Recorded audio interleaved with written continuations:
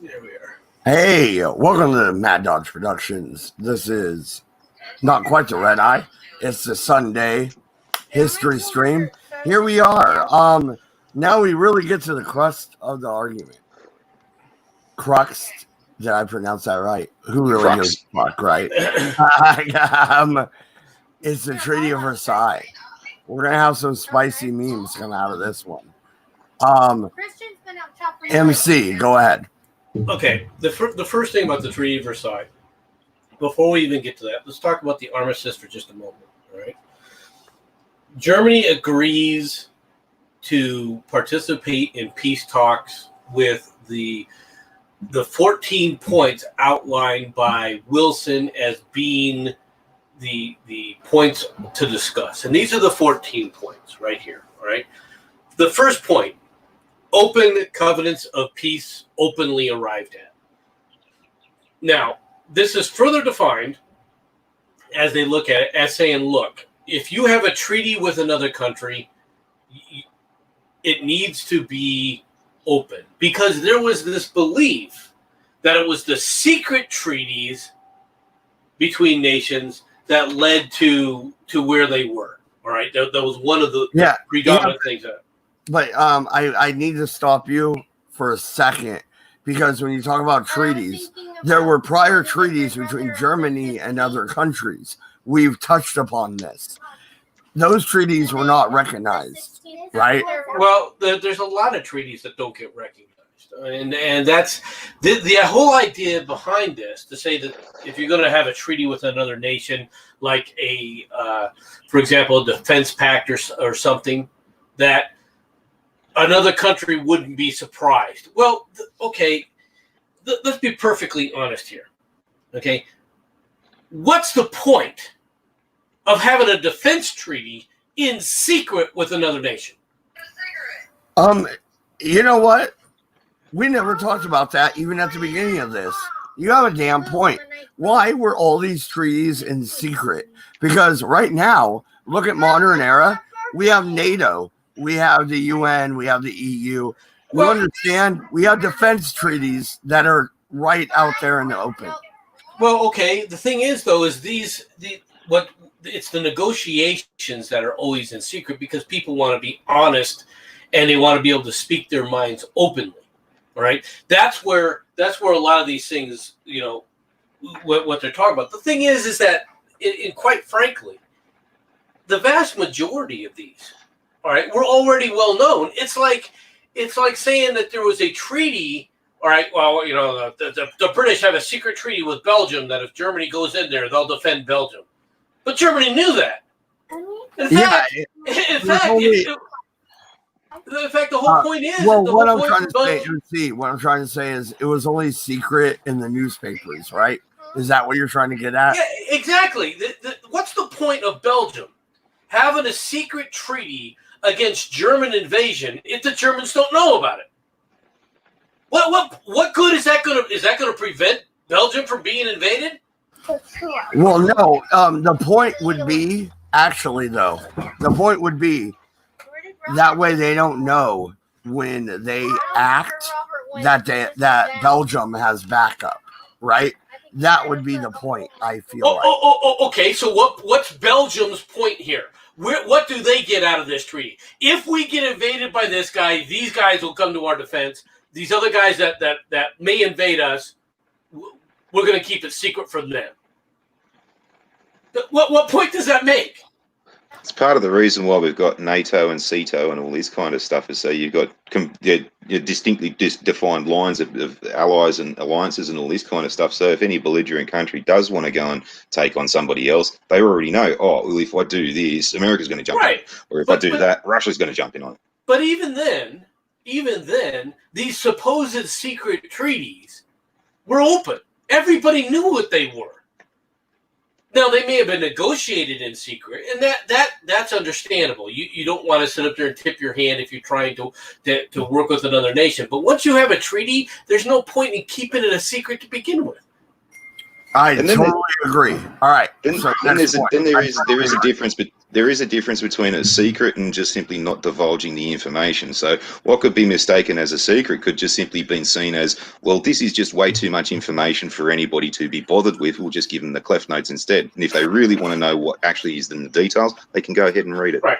The only time that you end up with a secret treaty with another nation is when you work with that other nation and you're ready to attack them, like the Russians and the Soviets, right, and Nazi Germany, the secret pact to invade Poland. That, and even then, once the invasion happens, it's not so much a secret anymore because you witness what happens. Okay, that's the only time a secret treaty is going to be any kind of use, because if it's defensive in nature, all right, you're going to always want the enemy to know that they have a treaty, that there's a defensive treaty there that could come into play. Why? Because you're trying to deter aggression, and that's where this whole thing.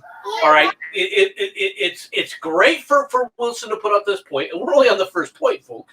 All right, it's great for him to put out this point, but the point was stupid. Okay, in reality, the point was useless. You see my point? Do you understand what I'm trying to say?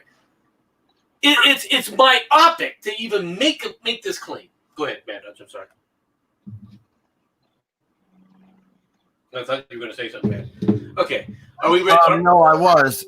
You're absolutely right. It was pointless.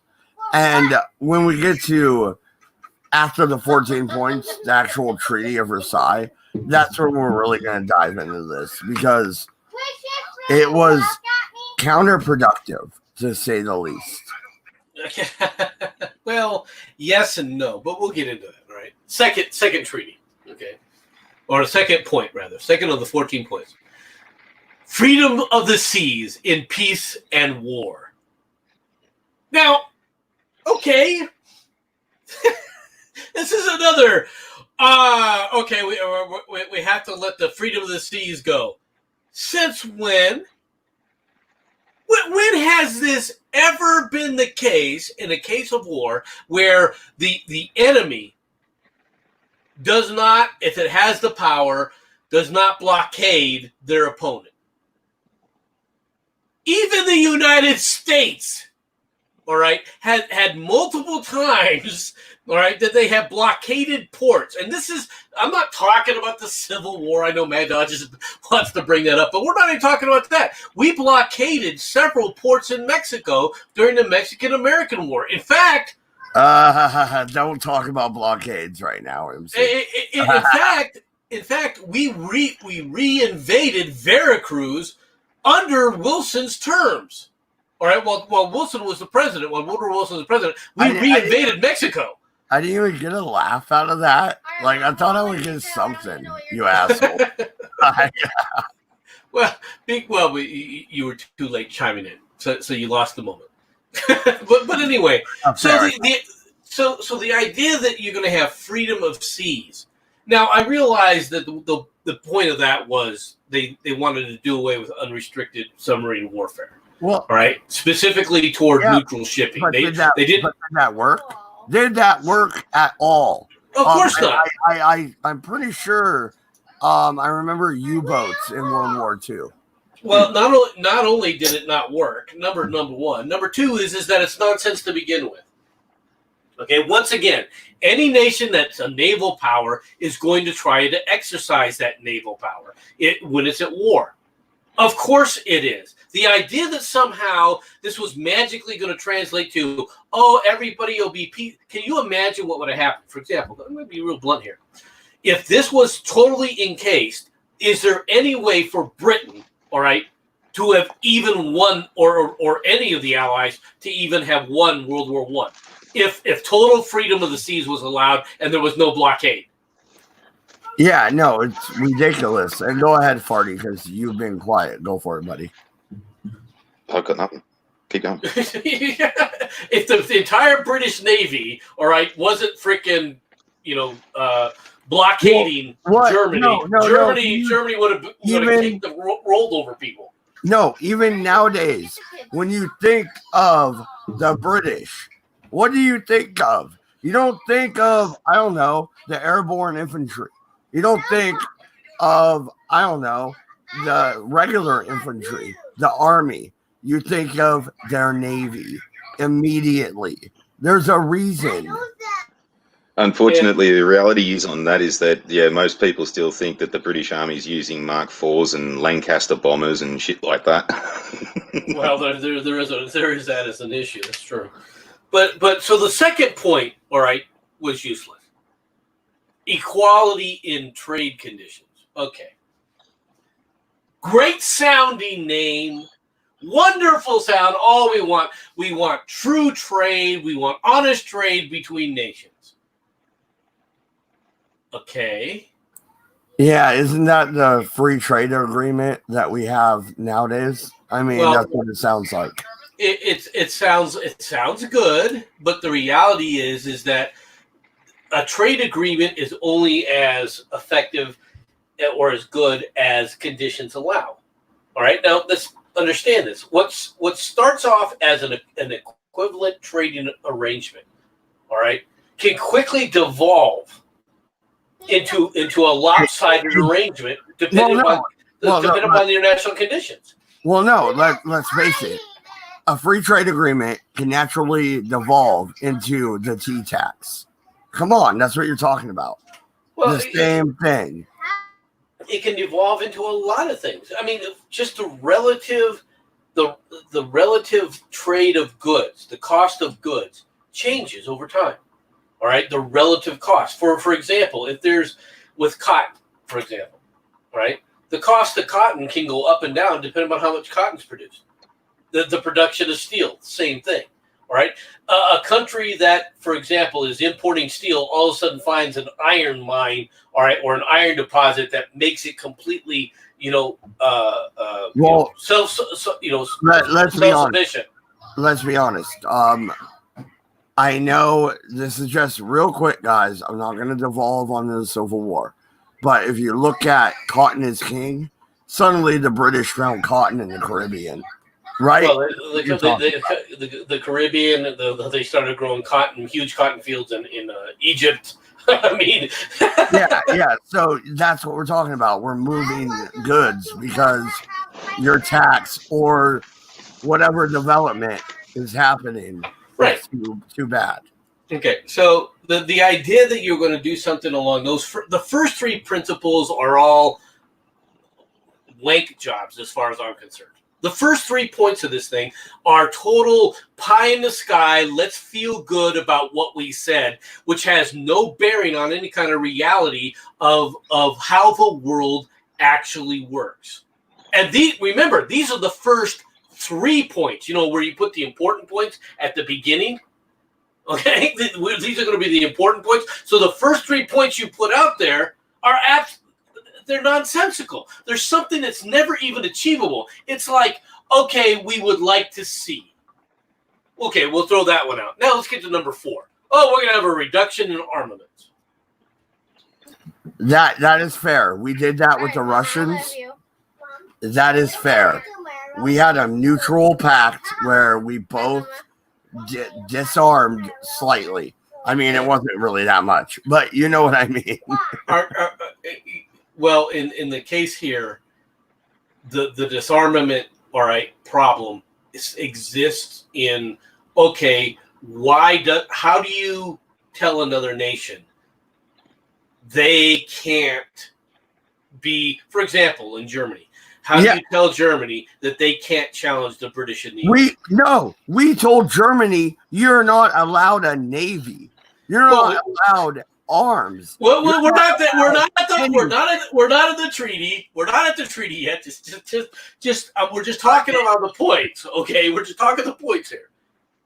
And it wasn't like a complete demobilization of Germany. It basically was restricting them to certain amounts of things, certain tonnages of warships, certain amounts of aircraft. How dare you? More importantly, it was certain amounts of their personnel in their military. Now that bit us in the ass because they went and innovated and then made all of their troops officers, so that when they needed to mobilise, they've got all their officers. They can have all the conscripts they want, and they'll still have a competent officer corps. And that bit us in the ass. Yeah, but who are you to tell that to Germany? Because I bet you anything, you told that to the United States. we're going to stick up 2 middle fingers. Well, see, it's punishment. Take that. Well, It's punishment. It was right. We'll get to that. It was considered punishment. It was considered. You got to understand something that they did with the treaty, but we'll get to that. All right. Well, just real quick on that. See, like the way that you get the populace to make sure that the government doesn't get that way the next time was seen as to you can't just go in and just punch the fucking public. You just can't go, you're a German, punch. Yeah, that was for the war, cunt. They're not going to learn that way. And you just can't go around doing things like that. So what you do is you punish the country as a whole, and keep them in a low economic standard. So they'll have to suffer. They'll have to do the bread lines, and they'll have to do the gas queues and stuff like that. And then they'll next time they ever think about trying to do this, they'll go, well, this is what happened the last time. We won't do it the next time. Well, it didn't kind of work this way, but that was the theory. All right. Well, yeah, but once again, we're going to talk about the 14 points here. Just this, the idea that you're going to reduce arms. Okay. The arms limitation talks that we had with the Soviet Union. Okay. Didn't do shit. They didn't reduce the arms. They supposedly slowed production. And then what you find is they were being cheated on, like always happens. All right. The Washington Conference proposals by Theodore Roosevelt, all right, to reduce capital ships and keep capital ships at a specific number. Even Japan came back and said, okay, you've got this number here. How do you enforce it? And so Japan said, okay, there is no enforcement. This nonsense led to, all right, and it also goes back to the same thing, right? All right, so the British have a powerful navy. Can nobody else have a powerful navy? Why can't I build a powerful navy? You tell me why I shouldn't build a powerful navy. Speaking specifically to Germany, all right, you already are creating a rub there that's never going to be fixed the way you want it to. It's the same thing. It's like telling Americans, we're going to save you because we're going to take away all your guns. It's gun control on a world scale. Does it work? If gun control doesn't work in the United States, on a world scale, it's not going to work either. Well, another element to it too is with the whole you don't need a navy anymore is that, well, you've just been defeated, right? So you're not going to have a military or a navy anymore, but you're going to have enough to just defend yourself if you need to. And that was the whole thing. They were still allowed to have a navy. They were limited in tonnages and stuff like that, so they just couldn't be an offensive force. Well, that was the theory. Obviously, it didn't work. Well, but what Wilson was proposing with these 14 points was not just a reduction from Germany. He expected a reduction across the board on all the world powers. But the whole point with how can you say that I can't have a navy and all this kind of stuff? Well, the argument back from the British was, well, no, don't worry. If you get attacked, we'll look after you. Yeah, no, I agree with that. I agree with what you're saying there. You're correct. But I'm trying to point out that Wilson wasn't just talking about, when he talks about this reduction in arms, he's not talking about just a reduction in arms on the part of Germany. And that's how Germany saw this. And this is critical to understand this. These 14 points are also being viewed from the perspective of the Germans as well. Yeah, but here's the thing, though. Sure, he wasn't talking about, he was talking about everybody, right? Everybody but us. Like, let's be real about this. No, he was the United States was not going to scale down. We were actually, you guys. No, dodge. You guys stuck to the treaty a little bit too well, because when you guys did World War II, it turned out that you guys were the only ones that were actually following the rules. Yes. Dodge. It did affect us, and yes, we did abide by a lot of the treaties. So I'm wrong on this one. Yeah, right. because you got to remember how the United States was prior to World War II. We always de-armed completely anyway, for the most part. Yeah, but we never have since. So that's because the circumstances changed. This is World War. Yeah, that's World War II. All right. This is the world to end all wars. This is World War I, all right? Yeah. We're going to demobilize, and we're going to demobilize massively, just like we always do. You got to remember, And didn't our Navy even scale down after World War One? Like, yeah. we pretty much killed our Navy. Dramatically, we scaled down. well, what happened mainly is, especially with your destroyers and stuff like that, you kept them, you just didn't man them, which had a benefit that by the time the wolf packs and shit started happening and Britain really needed corvettes and destroyers and shit, you guys had a shit ton of old World War One shit that you just mobilized straight away. Yes. So, but like with the difference between this one is because like this one was seen as it was going to be the war to end all wars. They couldn't imagine that we could do that much carnage and stupidity again ever in history. And then, well, it happened again, but straight at the end of World War II, we ran straight into the Cold War. It was literally not even a skip of a step. It was just World War II, that's end, right? Cold War, and you've had to keep a military up for that period of time. Then you had Korea, Vietnam, the Gulf, the war on terror, and all this kind of stuff. You haven't had a chance to demobilize yet. All right. So back to this reduction in arms. So we discussed that. Now, number 5. Okay. Adjustment of colonial claims with reference to the wishes of the governed populations. Yeah. The United States expected. All right. All right. And Germany expected this too. If we're going to lose our colonies, if we're going to demobilize the colonies, then so is Germany, or so is Japan, so is Italy, so is France, and so is Great Britain. Now, was that ever going to happen? Quite frankly, no. All right. I mean, go ahead, Bad Dodge. Oh, I was just going to agree with you guys. So go ahead. Well, it's just with the Commonwealth. There is no way in hell that American can dictate the demolishment of the Commonwealth because, well, it's our rules, not yours, and we want it this way. So but here's the thing, though. Here's the thing. Like, I'm sorry, I'm gonna argue with you on this one because the United States had the Monroe Doctrine, where we cut off the whole Western sphere. Like all of but we didn't claim them as colonies though. The Monroe Doctrine was. Can we do it? The answer is yes, we can, Well, and we will. But it's not the same. Well, we don't. You know, we hadn't and we didn't for the most part.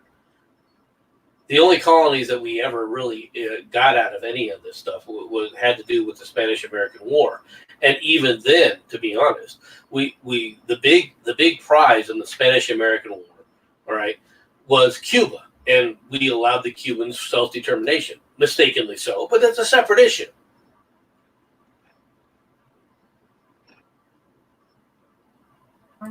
Oh no, go ahead. Like I'm on board. I'm just saying the only reason I pushed back was can the United States do it? Yeah, we can. We can do anything we want. Look at the 7th, 6th, and 5th fleets over in the South China Sea. We can't do everything that we would want, but anyway. Yeah. You wouldn't forcibly break up the British Commonwealth. No, well, right. You know why? Because you're our friends now. Well, it's not just that. It's not just that. It's because we're happy being in the Commonwealth. So, you know, you got to kind of convince us to get out of it, and you wouldn't do it by force. Well, we would try to destabilize Canada if we saw any reason to take Canada, but nobody wants Canada. I want Canada. Why? Canada? Do you want all the Justin Bieber wannabes, including now Prince Harry and Markle? Oh my God! Never mind. Fuck Canada. All right, now that we've established that Canada can continue on its merry little way, all right. Right? Yeah, you have a point. All right, number 6. Canada, please and thank you. Number 6, evacuation of all Russian territory. This should have been a no-go to start with. Now, granted, these are supposed to be, you know, the beginning points, the starting points, right, of the peace treaty. We never. This is one, okay, that to be honest was put out by the Americans, put out by Woodrow Wilson, that the British and the French should not have. They should have joined Germany on. They should have said, "What do they care?" Because don't get me wrong, I understand that Russia was an ally, but they were no longer an ally at the end of the war. They backstabbed the allies, and they backstabbed them in the worst possible manner. All right, and then they gave up. All right, they gave up the war. Okay, think on that. Yeah, no, I'm totally with you because I was thinking the exact same thing. Like, who are we to take away territory that you actually naturally won? You won this territory. Matter of fact, before the end of the war, you had a fucking treaty that said you got to keep it. Right. Who are we to justify to you that you would lose it? That's something we never should have. We never should have proposed. It never should have even been a part of it. All right. Evacuation and restoration of Belgium. Okay, got that. I have no problem with that one. That one's fine. Mainly because, but only because Belgium was a trigger point. Okay, for the British entry into the war, as well as a trigger point that needed to be released. All right, for France. France needs Belgium for a buffer from Germany. No, I totally see that, and I was just gonna say, I see Belgium in that war and World War II, to be honest, both of them, as the same as the Swiss. You know what I mean? They're not asking for this fight. You're just throwing them in it. You know what I mean? It's like throwing your best buddy under the bus, right?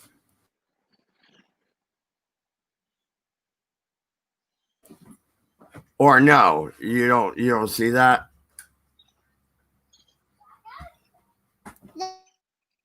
Sorry, small family crisis. But we have a small family crisis going on. It's a bat in the house. You're gonna get the swine flu. COVID has entered. It's Nosferatu. Look out! Grab your dross. Oh my god! Nice vampire joke. So we agree that the restoration of Belgium is fine. All right. Yeah, I just you missed it, but I was comparing Belgium to the Swiss. Do you agree with me? Well, yes, and yeah, for the most part. I mean, the big thing is it gives them a buffer state. They're really more of a buffer state. It gives them a buffer against the Germans. That's really what it is. Well, no, and the Swiss were a buffer between Austria. But anyway, moving on. Go ahead. Well, the Swiss and the Belgians typically don't really have any ability to form an effective fighting force. So their only option, realistically, is to be neutral in most things. Well, it's just that Switzerland has a lot more advantages with their banking system than what Belgium does. To be left Switzerland also has those high mountains, which makes it they got defensible borders. Belgium does not. That is true. All right. So, but that's that at least. I gotta ask you the bat situation, dude. You're in the same time zone as me. It's 3:39 in the afternoon. How the fuck do you have a nocturnal animal flying around your house? We don't know how. We don't know how it got in there. It's robotic, and if you look closely, it's got a little red star on its under its wing. Oh, it finally got there. Never mind. It is an ugly bat. It's fairly small, but it is. I don't even know how it got into the house, to be honest. I don't even know why it's awake. That's what I'm asking. Like, why is this thing even? Because the thing is probably terrified of the big human beings wandering around the house. Because it's been sent there from your good friend Winnie the Pooh. I mean, Xi Jinping. It's Xi Jinping's trying to assassinate him. Yeah, well, okay. On to the next point. Evacuation of French territories and the restoration of Alsace-Lorraine. Now, the Alsace-Lorraine region, it was always in dispute. All right, I'm not totally, against this, but at Alsace-Lorraine was it's a it was a territory that had good mineral wealth at the time, lots of coal and lots of iron. All right, so that's why both sides won it. All right, to say that it was really French, yeah, they had lost it in the 1870 wars, which is basically the wars where Bismarck was putting the nation together, the nation state of Germany together. All right, so the French's claim to that was it's understandable, but at the same time, it's 50 years old. Number 9, the readjustment of Italy's frontier along nationality. Now this is, hey, Italy, nice of you to be in the war and everything, but here's a stab in the back. All these areas that you were thinking were going to be territories for Italy, unless they spoke Italian, guess what? You got nothing. So the Italians bled for absolutely no reason. Well, yeah, and that's why when you look at World War II, they did what they did, right? That was the uprising of Mussolini, all of that, because Italy, they didn't even lose this war, but they got nothing. So if it's fuck me, it's fuck you too. You know what I mean? Yeah. You have the autonomous development for the peoples of Austria-Hungary. This was basically saying that Austria-Hungary would be dissolved. Right? Once the again, independence of Romania. I know I'm repeating myself, but why do we have the right to dissolve a country that existed before we did? Why do we have that right? Well, because technically the Austro-Hungarian Empire was actually an entity owned by an individual, like the Habsburgs and shit like that. So it's kind of just removing someone's possession, pretty much, not so much a country. It's also a recognition that the war started because of it. The reality is the war started because of the independence movements within Serbia and so forth. Right. Yeah, I get that. I understand because we covered that. I mean, what, months ago at this point? Yeah. I totally understand that. I just, even as an American, I'm sitting back and looking and saying, where do we have the right? We've been around since what, 1776? Where do we have the right to dissolve something that has been around since, I don't know, 1304? I mean, where do we get to do that? Well, Jacob in the channel.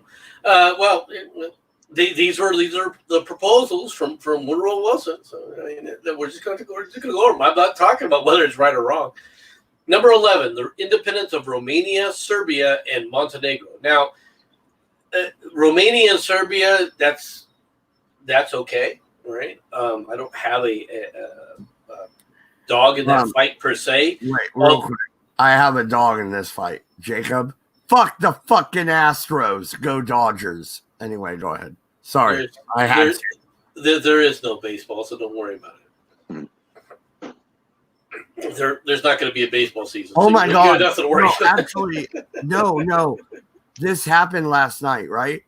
I went and grabbed my phone, and then I had a Facebook alert. I'm like, what's this? It was the Dodgers facing the Dodgers. It was Clayton Kershaw against the minor league pitcher.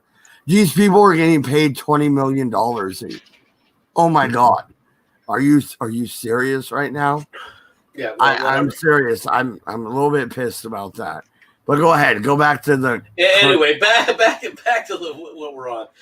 The Montenegro being its own independent state. That's kind of a slap in a way towards toward Greece. All right. Not a big one. All right. The biggest. But isn't Montenegro? I'll let you finish. I'm sorry, MC. It's Montenegro and it's a tiny little country in like the Alps, right? On the Alps. It's an enclave. An enclave. That's a great way to describe it. Yes, an enclave. Yeah. I don't know why you would consider Montenegro a separate nation. I don't know enough about their cultural identity, whether or not they're. I can elaborate a little. Right. So all the Balkan states and all this kind of stuff have sort of been ripped apart several times in the last century, where they were sort of semi collective, and then they broke up, and then the World War I happened. They were like Serbia, Bosnia, Croatia, Montenegro, and all that kind of stuff. But the Serbs have always seen Montenegro as been part of theirs. And then after this, Montenegro gets their own independence, and then after World War II, when it becomes Yugoslavia, that all comes together, and the Serbs basically just take possession of Montenegro. And a large part of the Balkans War in the 90s was over not just Croatia, Bosnia, and Bosnia-Herzegovina, but it was also over Montenegro as well, over who's going to own that. So that's mainly the thing. The Serbs have always seen Montenegro, as well as Bosnia-Herzegovina and a couple of other parts like Croatia and things like that, as theirs, ultimately. And then Greece has also said that Montenegro is theirs, and that's been the back and forth there. But Montenegro's always said, no, fuck off, we want to be our own people. So that's been going on for hundreds of years. Yeah, so you see what the point. I mean, it's really something we had no dog in the fight with. Well, no, we had no dog in the fight, and it seems like from what Farty just said, everybody was divided, and everybody, it'd be like me and you, MC. Hey, buddy, if Farty attacks me, you're gonna attack him, right? You're like, yeah. Everybody pointed fingers at each other and made secret compacts, and then the shit fucking blew up. And then suddenly, the United States of America shows up and goes, "Look, bitches."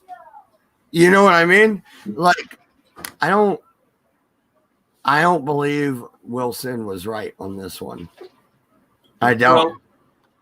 Well, he was trying to create the grand world design anyway. All right. Number 12, relinquishment of Turkish control over non-Turkish populations. Okay. To an extent, you had issues. I mean, the sick man of Europe, the Ottoman Turks, were already collapsing anyway. They were on their way out, just like the Austro-Hungarians, as far as the populations and everything goes. The idea, however, that Turkey couldn't, had to give everything up. Now, they lost a lot. They did, but they won a lot too. Well, the main part about the whole Turkish withdrawal and all this kind of stuff is so they don't come and challenge us on our new formed countries like Exxon, BP, Shell, and Enron. Yeah. Well, they definitely didn't want. They definitely didn't want the Baku oil fields to fall under Turkey. Well, let's be honest, okay? We took out the Turkish. We didn't take back Constantinople. I'm sorry, it's not Istanbul. Okay, you can fight me all day. I don't care. It's Constantinople. We didn't take it back, so we left a shell company pretty much there. That is, the Turkish state, and then we said, look, you can't have anything else. Why? Because fuck you. That's why. Well, but the Turks themselves were in a bad way anyway. There was a lot. The Turkey had the thing about you got to remember with the Ottoman Empire is the Ottoman Empire was collapsing in on itself, okay, and had been. The Ottoman Turkish Empire at one point stretched all the way from the Arabian Peninsulas all the way down into most of Iran and Persia, right, and then all the way up into Europe, even to the point of the borders of Austria. Okay, that's how big it was. That's why you're right. That's why they still hate the Greeks. That's why there's that thing, right? Well, that's part of it, yeah.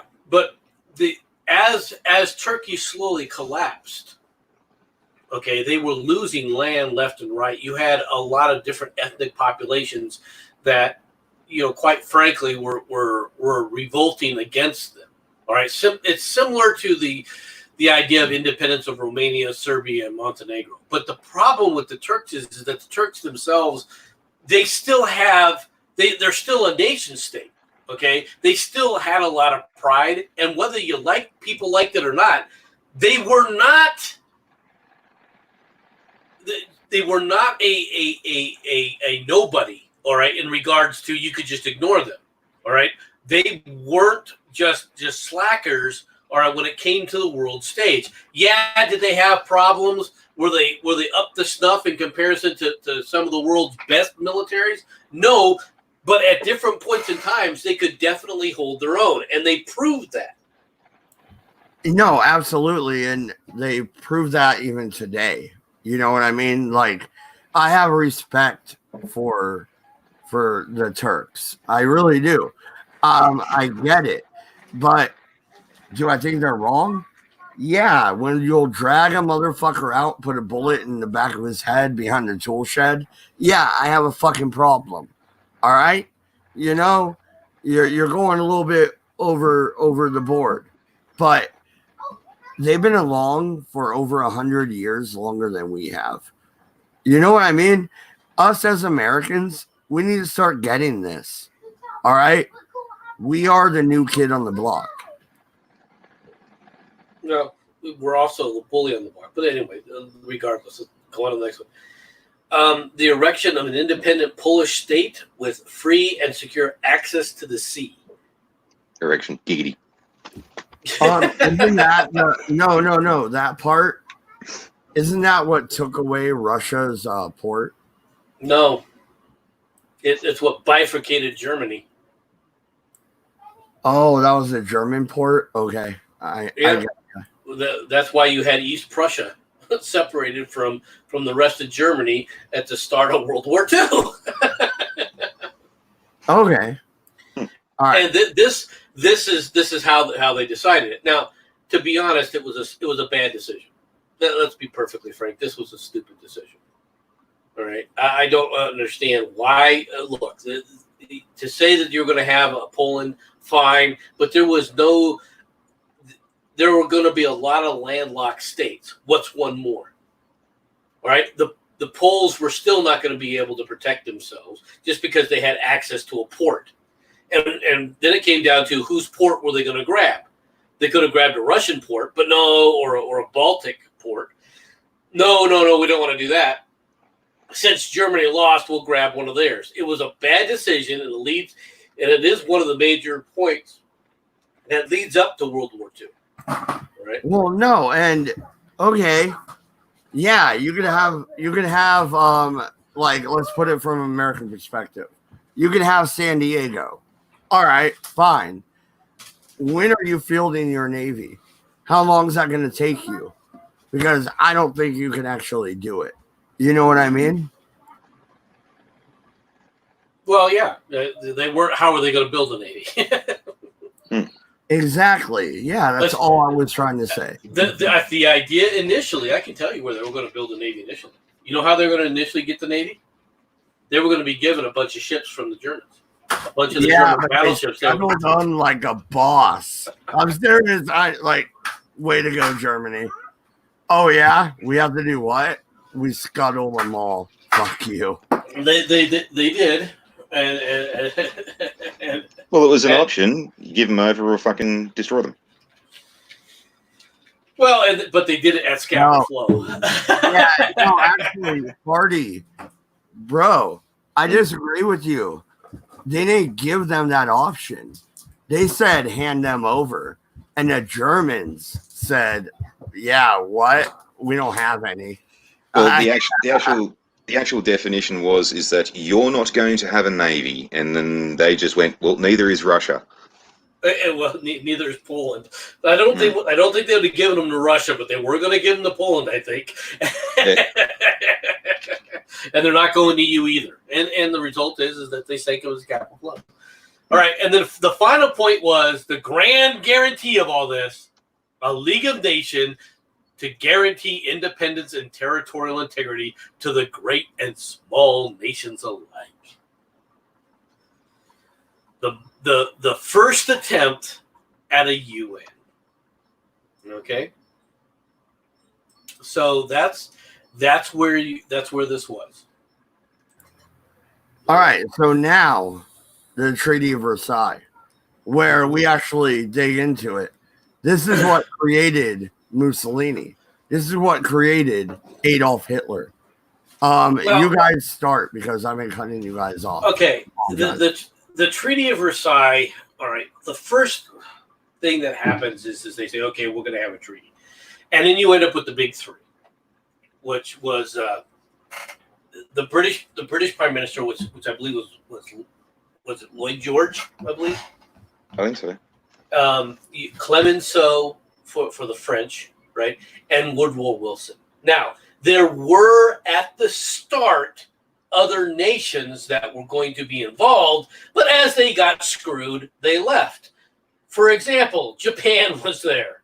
Japan realized that we weren't going to give them everything that they wanted because they wanted basically all the Pacific, all the Pacific holdings that they had, and they wanted an expansion into China. They wanted it approved, and of course, we said, that's not going to happen. And they said, fine, then we're walking out, and we're going to take what we want, and they left. Okay. Then you had Italy. Now, what Italy wanted is to extend. Really,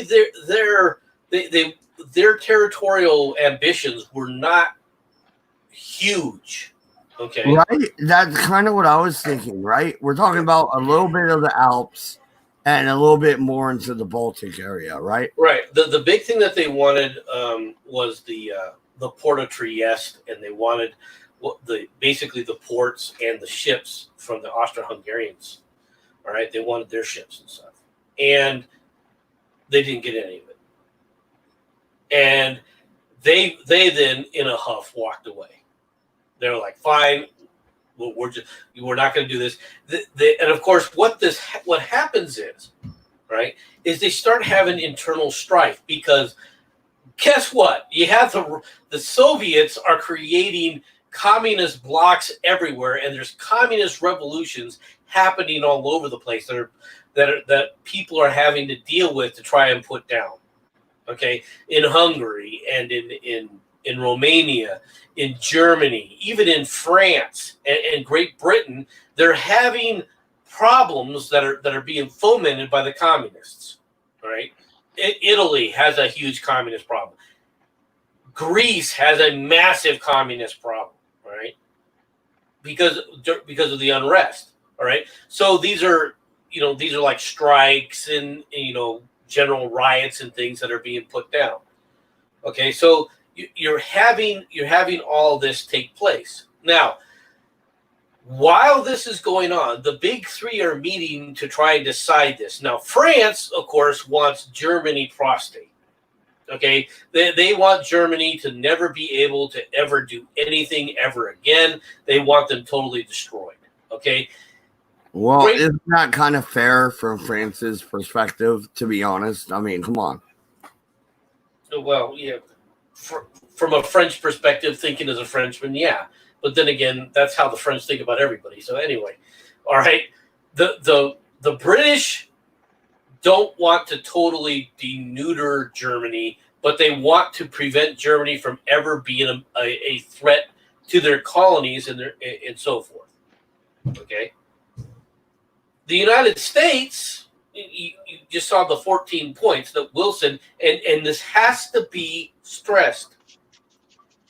Wilson left the United States in December of 2018, or 1918 rather, and stays in Europe the entire time before returning to the United States for over 6 months. Straight out of the country for over 6 months. All right, in order to try and hammer out this treaty. So when we talk about the Wilson's 14 points, the reason they're so important is because, quite frankly, he is America's lead negotiator. Well, He's no, taking and it personally. Let's not forget, this killed Wilson. You know that. Well, we'll talk about what kills Wilson later.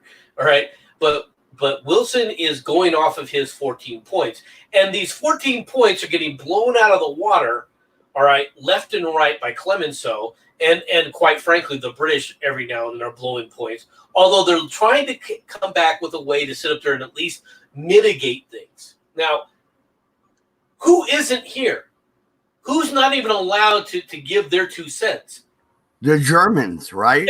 Exactly. The Germans delegation arrives and is immediately placed under house arrest. All right. But they're not able to participate in the discussions. There's no negotiations with the Germans. All right. And when the treaty is finalized, it gets handed straight to them. And now, I have said this earlier to these guys, the treaty itself is massive. It's not a single-page document or even 5 or 10 pages.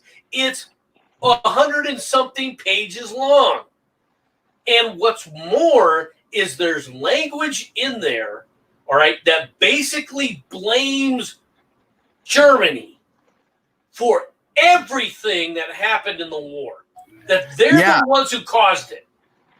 Yeah, exactly. You're the one, not the Serbians, not the death of, what was it, Ferdinand, right? Yeah, right. Yeah.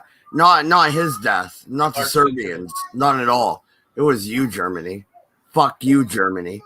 And then you wonder why they turned around and went, fuck you back. What, 15 years later? The Germans were aghast at this, right? They were really aghast at it. And their first response, quite frankly, was, screw this, we're going to say no. Okay? that was going to be their first response.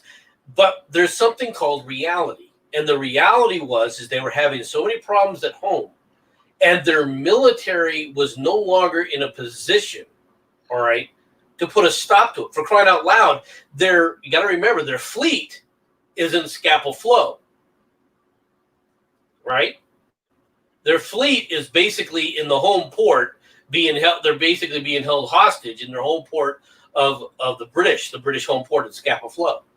So the realists say, look, unless you're willing to go back to and bring this whole war back to start again, all right, you're going to have to sign this whether you like it or not. You're going to have to accept the fact that that we have to sign this treaty, and we have to hope that we can redress this, because what Germany was being promised by Woodrow Wilson and the cadre was, well, a lot of these things are wrong. We understand it. We will try to redress this in the League of Nations. And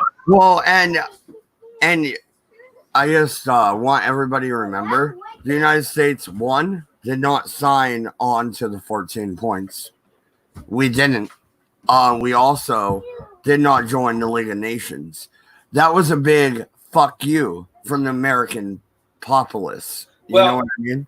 One of the things, and this is one of the things that I'm trying to point out here, this whole thing with Wilson, being the head of the big three, this was all well and good. However, Wilson doesn't have the power of Clemenceau or Lloyd George. Okay. Well, yeah, exactly, because he has the Congress and the Senate, right? Well, he's going to have to deal with the Americans, and he's literally out of touch with the American public. See, Clemenceau, I mean, he's right there in France. That's where everything's taking place. Lloyd George can easily fly back and forth to London, all right, in a day or two, and take and go back and say, boat trip. Right. So it's very simple for them to get back and forth and at least have you be in contact on pretty good contact with what's going on on the aisle. All right. But Wilson is totally focused on his points. All right. He doesn't realize what's been happening back home. And one of the things that's been happening back home is they're hearing all these different things and all these conspiracies of what's being proposed, because once again, this whole thing is being hashed out behind closed doors. Nobody really knows what's happening, right? And as a result, when they finally spring it to the world, I think in May of 1919, right? Mm-hmm. When they finally spring it on people, people were like, "What the hell is this?" And the American people were like, wait a minute here. Look at what they did here. The Germans were right to try and reject this initially. But the Germans have no choice, and they agree to the treaty because they don't have any other choice. The big victor over all of this, the ones who come out in better shape than they ever deserve to be because of this treaty, is not the United States, it's not Great Britain, it's not France, it's obviously not Germany, it's the Soviet Union. Because they got back everything and literally lost. Everything they lost was handed back to them. And suffered nothing. Why do you think that happened, MC? I mean, honestly. Why? You want to know why? This is why. Let me share my screen again. This is why. Farty, you're the one. Okay, you got it. All right. Hang on, I had to wait for him to put it up. Right. Well, no, because I'm not the one hosting right now. Even though it's my channel. Look at this. Look at this cartoon. Okay. Now, you can talk about the League of Nations. We'll talk about that in a minute. All right. But even there, look at what you're looking at. They're thinking this whole thing revolves around Italy, England, France, and Belgium. There's not even a recognition, all right, of Japan. There's not a recognition of China, and there's not a recognition of Russia or the Soviet Union. They don't even. They are not even considering them. There's not even a recognition of Turkey here. Yeah, no, and I was waiting because we haven't touched on Japan. Japan was on our side. They were, or not ours. They were on the British side from the fucking beginning. What'd they get? They lost all their assets that they conquered in China. They lost everything. No. They didn't lose their assets in China. They were not given extraterritorial concessions in China, and they were not given all of the possessions in all the island possessions from Germany. All right, they had to get some. Didn't the Japanese attack the Koreas? I might be wrong. They do invade Korea and take over Korea. All right, but that's after the war. All right, but the thing is Japan wanted some assurances that they're going to be looked at as an equivalent force. Or as part of this. You forgot about them. Who are they? They're nobody. They're exactly. in your side window, right? And that's what I'm saying. They're not even. Nobody even looks at them. If you look at the newspapers at the time, if you consider what was going on, okay, they're not even thought of as being a nation worth considering, right? Exactly. And so you wonder why they get so pissed, right? As I know we're talking about the Treaty of Versailles. I get that. But you see how this just steamrolls, right? It's like an avalanche. Right. And so in the United States, when it comes to the Treaty of Versailles, the first thing that happens is Woodrow Wilson comes back and is absolutely shocked. Okay? Because we're pissed. Well, right? because he's being accused of selling out, saying, look at what you've done. You haven't taken into account fairness or anything else. Why the hell should the United States sign on to any of this? Well, right. Exactly. And Woodrow Wilson. How much of the population of the United States is German? Are you kidding me right now?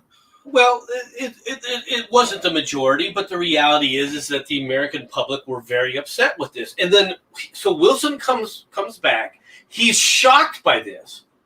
And as he tries to mobilize congressional support for it, one of the worst things that ever could happen happens to him, which is he has a stroke. Yes. And he was also on a train ride trying to sell the League of Nations, right? Yep. That's what you're talking about. Yeah. He has a stroke. So initially he's laid up for a while. And then after he gets well enough to try and continue, all right, the arguments in Congress, his personality, and people don't know this, but I've witnessed it. I've witnessed it in my own family, right? when people have strokes, their personalities change. Can change. Not necessarily, but it's very possible. And someone who's affable and everything else can turn into the biggest freaking heinous asshat on the planet. And I saw it happen to my mother-in-law. And from way people have in the newspapers accounts of Wilson, he became totally intolerant of anyone who dared to disagree with him. Totally intolerant. All right. And as a result, all right, politics is about getting people to agree with you. He could no longer push that point. And in fact, his new wife, and this is something else that most people don't know about it, but Woodrow Wilson was married, all right, got married to his second wife while he was in the White House, right? And the reason is because his first wife died, all right, while he was president, right?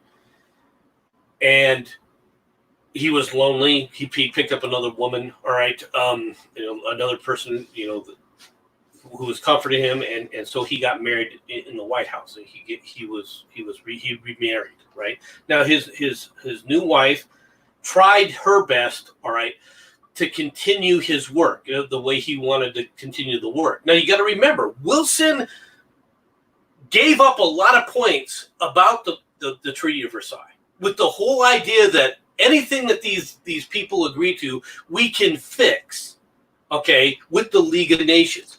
Now, what were the big things in the Treaty of Versailles? The big things were, one, they blamed Germany.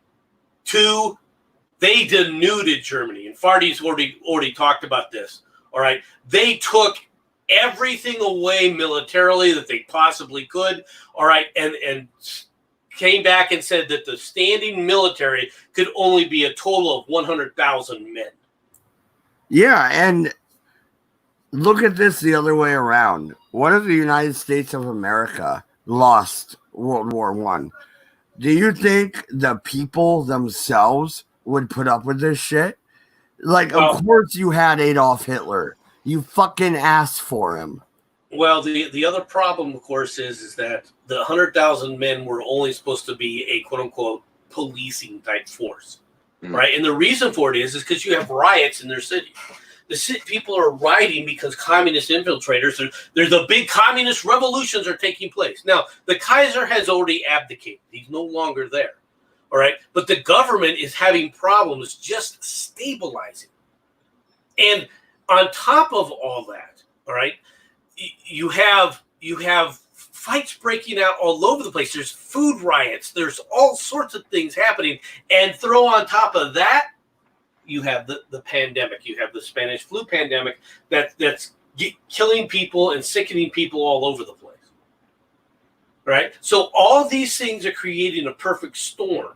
All right. Now, the Spanish flu, while it hits America later, all right, and it doesn't really play a part in the negotiations in and of itself, okay, doesn't help matters because people's concerns in the United States are like whatever. And so the United States never joins the League of Nations, not officially. All right. And as a result, because they couldn't, they refused to sign on to it. As a result, a lot of the things just get codified. They're just codified. Well, what I'm trying to get at, though, if you look at the way the United States, we pushed our weight around, right? Because that's what we did. We did that after World War II as well. We just pushed our weight around. I'm a little bit surprised that the rest of the world isn't really that mad at us. No, you know what I mean? See, after World War II, you kind of had to push your weight around. We were asking you to push your weight around and all this kind of stuff because, like I said, after World War II, it just went straight into the Cold War and then Korea. You just didn't have a chance to sort of demobilize or take a breath or anything like that. And you did get left at the end of World War I in an unwanted responsibility kind of thing. You were the governing power, pretty much. Like Britain, for all of its military prowess and all this kind of stuff, at the end of World War I, they were nowhere near as capable as what the US was building up to be. And it just dictated that by the sheer nature of the ramping up process, that's how America came to be. So you had to do this kind of stuff. You were the one that was going to do it, or else who else is going to do it? All right. And of course, the other problem with this is that you've created, all right, along these 14 points, you created people saying their aspirations, like the Armenians. The Armenians were like, okay, we can be free of the Turks. The Wilson's 14 points, they've agreed to them. They're part of the treaty. Okay, well, it sounds all well and good, but it still comes down to how do you enforce these things?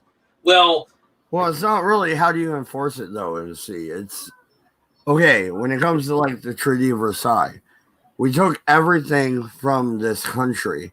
And no, you guys, that's why I already knew I was going to get in trouble. I already knew it. I'm not arguing pro-Germany. I'm just saying you took everything away from these people. Everything. And then you expect them not to get uppity? Are you kidding me right now? Well, but once again, that isn't the issue. The issue is far broader than that. The issue goes, like I said, goes to Turkey. Okay, so the Armenians think that they're gonna be free. All right, so they start an independence movement that leads to the Armenian genocide. All right, because the Turks come back, take it all back.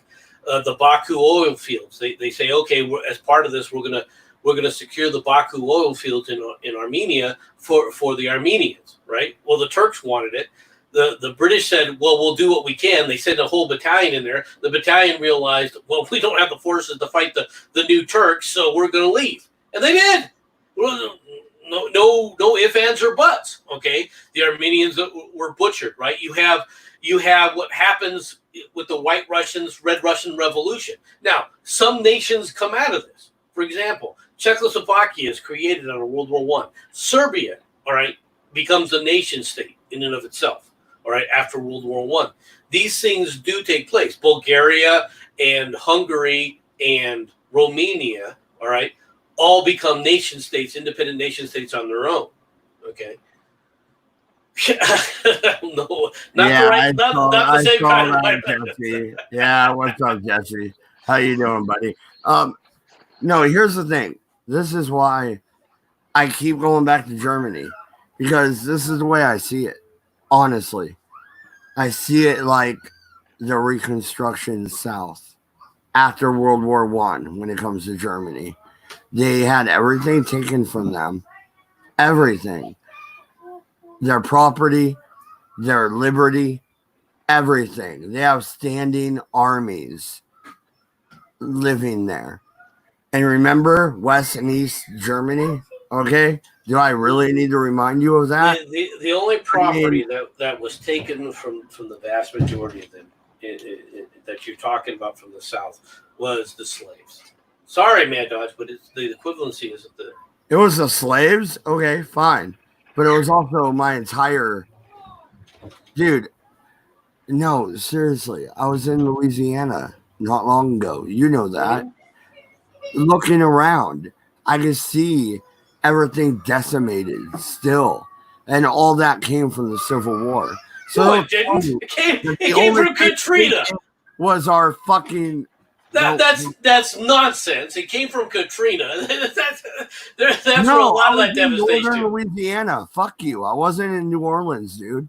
Have you seen? It doesn't matter if you were in New Orleans or not. I've been through Louisiana several different times. This is not something that was devastated, all right, because of the Civil War. It's the same thing that I heard from Georgians when I go through there, because they'll point to a burned out building somewhere, or they'll point to a barn that was destroyed, and they'll say, look at the devastation from the Civil War, because they want to hang on to it. And my comment is, over 100 years ago, you guys could have freaking fixed your barns. There's plenty of new barns out there. How come you didn't fix that one? It's the same thing. They managed to cover up most of the bullet holes in Freetown. That was only fucking 20 years ago. No, since we changed up a little bit, you know why? Because they took our wealth as well. Why was the highest area of wealth production in America the South? And why is the South now the most poor area in You America. lost. Because it was paper. Because you it lost. was wealth. Is that what Party No. just said? It was because it was wealth on paper. Okay, it was wealth that didn't exist. All right, for a variety of reasons, not the least of which was a lot of that wealth that they were claiming came from cotton. That even when cotton could produce now was no longer viable.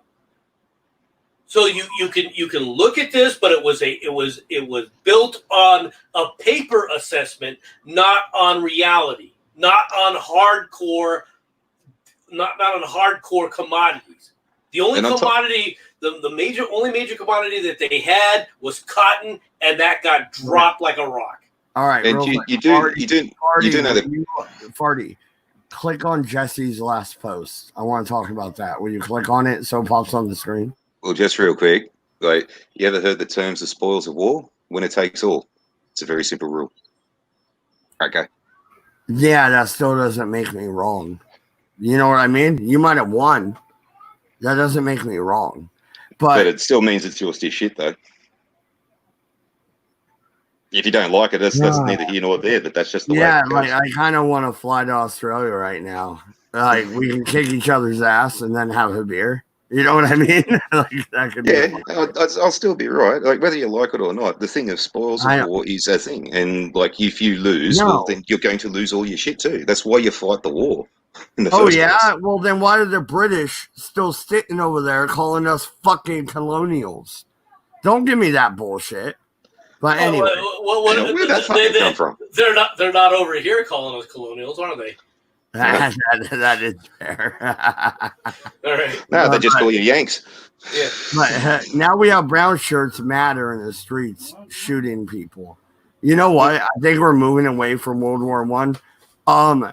Did you guys see that shit? Because me and Doku talked about that for about an hour and a half earlier today. Did you see that shit? The where a woman was shot because she said all lives matter. Yeah. Yeah, I've got that. I'm going to talk about that tomorrow morning. I got that paper up. No, but back to World War I. All right, in the Treaty of Versailles. The Treaty of Versailles gave people a lot of hope, but initially, but the reality is that a lot of things that the Germans were expecting, in other words, to be treated fairly under these points, and then have the Treaty of Versailles basically, blame them for everything and all their colonies. The colonies that were German, in Africa, in Africa, in the Pacific, all those colonies got handed over to the Allies. They didn't get self-determination. All right, other people weren't released. What happened in the Arabian Peninsula is you have the creation of the colony of Palestine, for lack of a better term. All right, for the British, you have the Syrian colony under Damascus that's controlled. Lebanon and Syria are controlled specifically by the French. Okay, they weren't allowed to choose their own destiny. All these nations, there were a few people that got self-determination. They were the ones that were armed and the ones that had fought for independence. All the rest of them, no, they were just carved back up. All right, the German colonies in Africa got turned over. All right, Italy got nothing out of the deal, not even the small port of Trieste. All right, so basically they fell into an absolute civil unrest period because they were like, why did we even go to war and lose all these people? And look, what did we get out of this? You took us to war and got us mass slaughtered for nothing. All right, governments kept falling. I mean, it was just social chaos. Well, no, I totally get that. And like the United States, right? We went in there and we didn't do much in World War I, right? We kind of showed up a little bit late.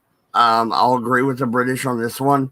We're going to disagree, though, when it comes to World War II, because we kicked some ass and took some names, all right? But World War I, we showed up a little bit late to the party. But then we're allowed to dictate everything? That doesn't necessarily seem fair. And when you look at Germany, I almost compare it to Reconstruction South, where they just got dictated to. They had no say so in anything whatsoever. That's what And happened. I know we're going to disagree on that, but do you get what I'm trying to say?